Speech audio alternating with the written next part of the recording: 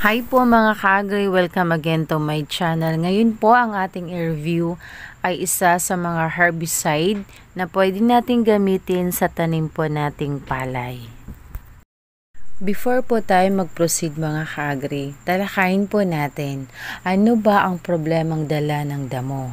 Bakit kailangan po nating kontrolin o patayin ang mga damo sa ating palayan at sa ating gulayan? Ano ang damo?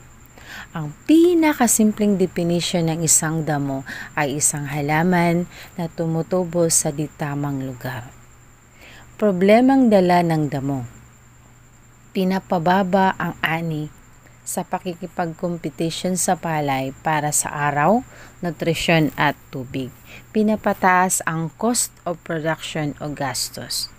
Pinapababa ng damo ang kalidad at presyo ng ani. Mga ka-agri, ang damo po pala ay may tatlong klase or maaaring maigrupo natin siya sa tatlong klase. Ang unang grupo or klase ay grasses. Pangalawa ay sedges. Pangatlong klase ay ang broadleaves. Si grasses, si broadleaves, saka si sedges po, ito pong mga damo ang karaniwang makikita natin sa ating palayan. Ngayon mga ka-agri, isa-isahin po natin ang mga common names na mga grasses na karaniwang makikita natin sa ating palayan. So, ang isa sa mga common names na naiklase or naigrupo kay grasses ay ang bayakibok. Ang pangalawa po ay ang palay maya, ang kanyang common name. So, lalagay po natin ang kanilang scientific name. Mahirap bigkasin kaya dito na lang po tayo sa mga common names. Ang pangatlo po ay ang trigo-triguhan. Siya po ay naiklase sa grasses. Ang pang-apat po, ang common names po ay ang telebisyon.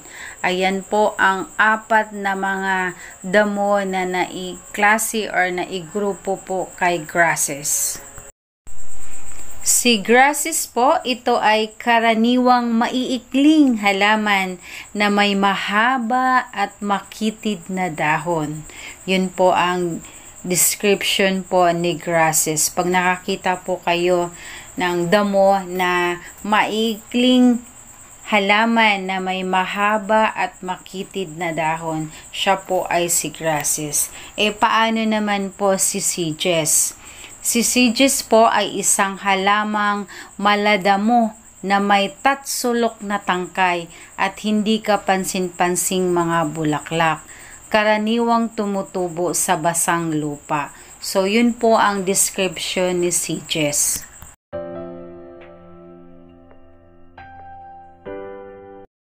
Ano naman po ang description ni broadleaves? Siyempre, meron si grasses, meron din si sedges. So, si broadleaves naman mga ka-agri, kadalasan ay may malalapad na dahon at tumutubo mula sa isang tangkay. So, tandaan nyo po yun mga ka-agri. Yun po ang kanyang description. Dito po tayo mga ka-agri sa common names sa klase ng sedges. So, dito po papasok si payong-payong. Tapos po ang common names na baki-baki. Tapos po ang common names ni ubod-ubod. Yun po ang mga napabilang or naigrupo kay sedges. Tapos na po tayo mga ka-agri kay grasses, sedges. So, dito naman na po tayo kay broadleaves. Si broadleaves mga ka-agri, kadalasan ay may malalapad na dahon at tumutubo mula sa isang tangkay. At pag nakakita po kayo mga ka-agri, yung mga kumpul-kumpul na bulaklak, so yun po ang broadleaves. So dito po tayo sa karaniwang tinatawag sa kanila or ang common names ay ang dilang butiki. Pangalawa po mga ka-agri ay ang gabing uwak. Pangatlo po, karaniwang tinatawag na balabak. pang-apat po karaniwang tinatawag na quiapo. So sila po ay napabilang or naigrupo kay broadleaves. Ngayon mga ka-agri, ipakilala ko na po sa inyo ang bago nating herbicide, Postmaster Herbicide 120 OD, para po ito sa palay. Pwede po siya sa direct seeding, pwede rin po siya sa transplanting. Siya po ay post-emergent herbicide for the control of major grasses, sedges, and broadleaves, and infesting rice. So ito po ay herbicide para po sa palay lamang. So, sa mga nagtatanong kung ano po ang active ingredient po ni Postmaster Herbicide 120 OD, so ang kanyang EI po ay dalawang klase po ito, Metamipop saka si Penoxolam. So, si Postmaster Herbicide, uulitin ko po, pwede siya sa direct seeding or transplanting. Kung ang tanim mo ay 12 days, direct seeding at saka transplanting, ang kailangan mo lang na dosage po dyan ay ang 80 ml per 16 liters na tubig. So, kung ang tanim mo naman ay 15 hanggang 25 days po, 100 ml per 16 liters na tubig. So, kung ang tanim mo naman ay 25 hanggang 30 days, so, kailangan magdagdag ka ng dosage. So, 120 ml per 16 liters na tubig. O, ulitin ko po, pwede siya sa direct seeding at saka transplanting. So, kung ang tanim mo talaga ay may damo, na ang tanim mo ay 30 days hanggang pataas, so, ang dosage po dyan ay 150 ml hanggang 160 ml per 16 liters na tubig. So, hindi maiwasan kung may damo pa. So, 45 hanggang 55 days po kung ang damo talaga ay hindi mamatay-matay or tumubo siya ng ganong edad. So, ang kailangan nyo po doon ay 200 ml per 16 liters na tubig. So, syempre, magdagdag po tayo ng doses kasi matanda na po yung damo. Mahirap na po siyang patayin. Mga nagtatanong na mga ka-agri natin kung ano mga damo ang kayang patayin ni Postmaster Herbicide. So, syempre, pwede naman nating ulitin kahit na ni-review pa natin bago tayo mag-start. So, pwede siya sa grasses, broadleaves, saka sedges. So, yung mga damo na napabilang kay grasses ay ang tinatawag na bayakibok, malaymaya or salaymaya, trigo-triguhan, saka television.